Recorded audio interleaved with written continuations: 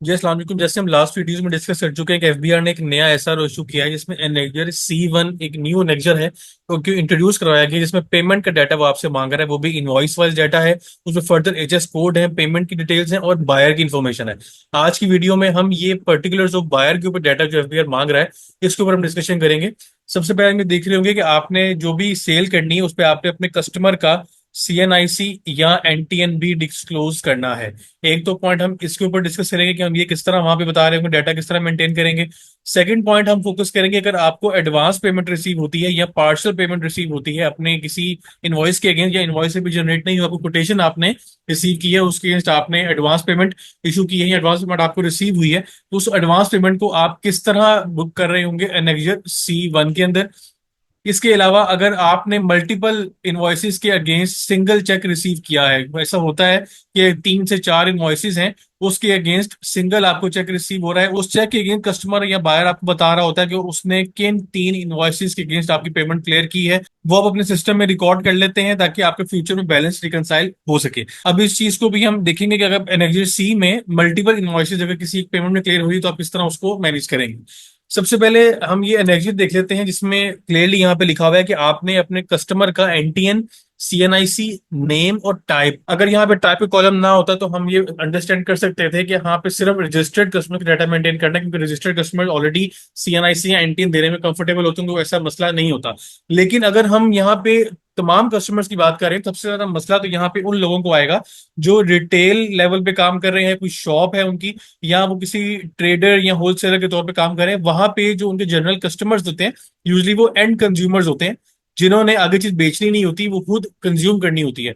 वो लोग unregistered category में फॉल कर रहे हो, सेल्स टैक्स में रजिस्टर्ड नहीं होते, तो वो अपना CNIC बताते हुए हिचकिचाते हैं, थोड़ा कंफर्टेबल फील नहीं करते। तो यहाँ पे एक चैलेंज आएगा बिजनेसेस को कि वो उन कस्टमर्स का CNIC या उनका NTN किस तरह कलेक्ट करें ताकि वो आगे एफबीआर को C1 एनेक्जर में रिपोर्ट कर सकें।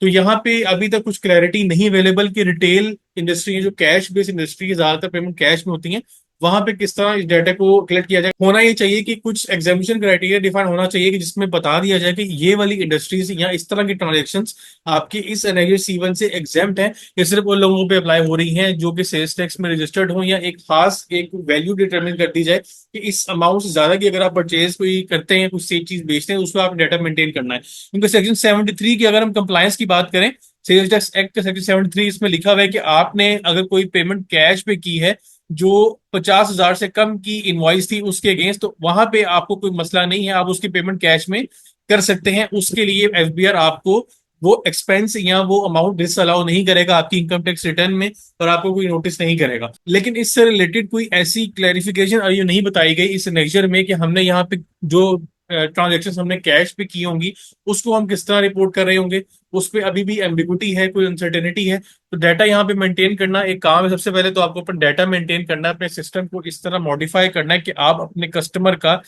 NTN या उसका CNIC भी मेंटेन कर सकें। क्योंकि अभी इसमें हो सकता है कि फ्यूचर में जाके इसमें कुछ स्टे आ जाए, लेकिन अभी इसको इस तरह की बात करना बहुत अर्ली है।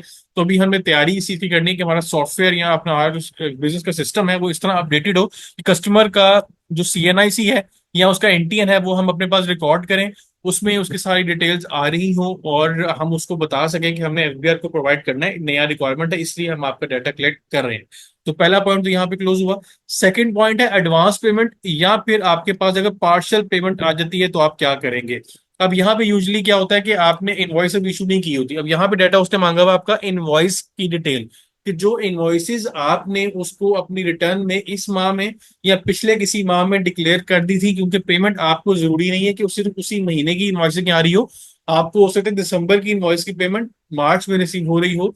तो आपने सिर्फ उन इनवॉइसेस की डिटेल बतानी है जिसको आप एफबीआर के रिकॉर्ड पर डिक्लेयर कर चुके हैं और आपने उसकी पेमेंट रिसीव कर ली है। एडवांस के केस में या पार्शियल पेमेंट के केस में अगर आपने अभी इनवॉइस रेज नहीं की तो आपको ये डाटा बताने की जरूरत एनएचएस C1 में नहीं है, क्योंकि यहाँ पे क्लियरली लिखा हुआ है कि आपने इनवॉइस का डाटा देना है, कोटेशन का या एडवांस पेमेंट का डाटा आपने नहीं देना।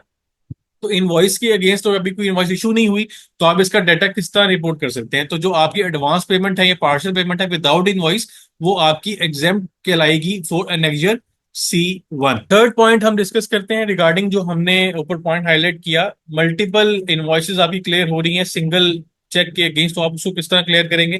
अब यहाँ पे देखें, आपने इनवॉइस नंबर ऊपर बताना है, एचएस कोड बताना है, साथ आपने आगे पेमेंट डिटेल उसको बतानी है। अब यहाँ पे आपका चेक नंबर सेम रहेगा। फॉर एग्जांपल 1 2 3 4 आपका चेक नंबर है, तो ये चेक नंबर आप अगर कहें कि 4 इनवॉइसों के अगेंस्ट आपको एक चेक मिला है, तो आप यहाँ पे उसको 4 टाइम चेक नंबर रिपीट करेंगे। और यहाँ इनवॉइस नंबर आप चेंज करते जाएंगे। फॉर एग्जाम्पल 1 इनवॉइस है, ये 2 इनवॉइस है, ये 3 इनवॉइस है, ये 4 इनवॉइस है।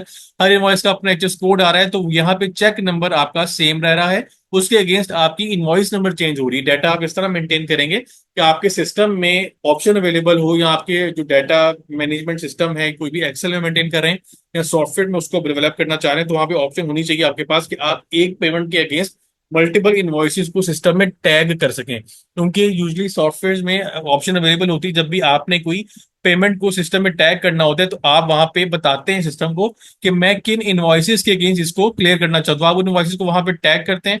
टैग करने से क्या होता है कि वो बैलेंस अपडेट कर देता है आपका अकाउंट्स रिसीवेबल का, जो आपका एआर का बैलेंस होता है उस कस्टमर का, वो अपडेट हो जाता है, और आपकी पेमेंट आपके बैंक के लेजर में पोस्ट हो जाती है। यहां से आपकी इनवॉइस मौकूफ होती है। तो ये आपका डाटा एक्सेल फॉर्म में कन्वर्ट हो जाना चाहिए, तो फिर आपको इस चीज में मसला नहीं आएगा।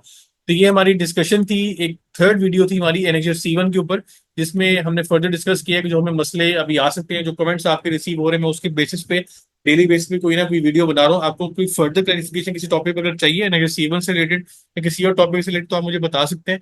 मैं उसके ऊपर इंशाल्लाह वीडियो बना के आपको क्लियर कर दूंगा। इंशाल्लाह नेक्स्ट वीडियो में नए टॉपिक पे डिस्कशन का ध्यान रखिएगा। अल्लाह हाफिज़। सर मैंने अपने व्हाट्सएप पे चैनल बनाया है सीए पैकेज शेख के नाम से। इसमें जितने भी रीसेंट अपडेट्स हैं वो आपको एक्सक्लूसिवली यहाँ पे अवेलेबल होंगी, रियल टाइम पे आपसे शेयर की जाएंगी। उसके बाद वीडियो में जो भी मैं डिस्कशन करता हूँ उसको मैं पहले ही ग्रुप में बता दूंगा इंशाल्लाह कि जो आज हम डिस्कशन करेंगे वो किस टॉपिक के ऊपर होगी।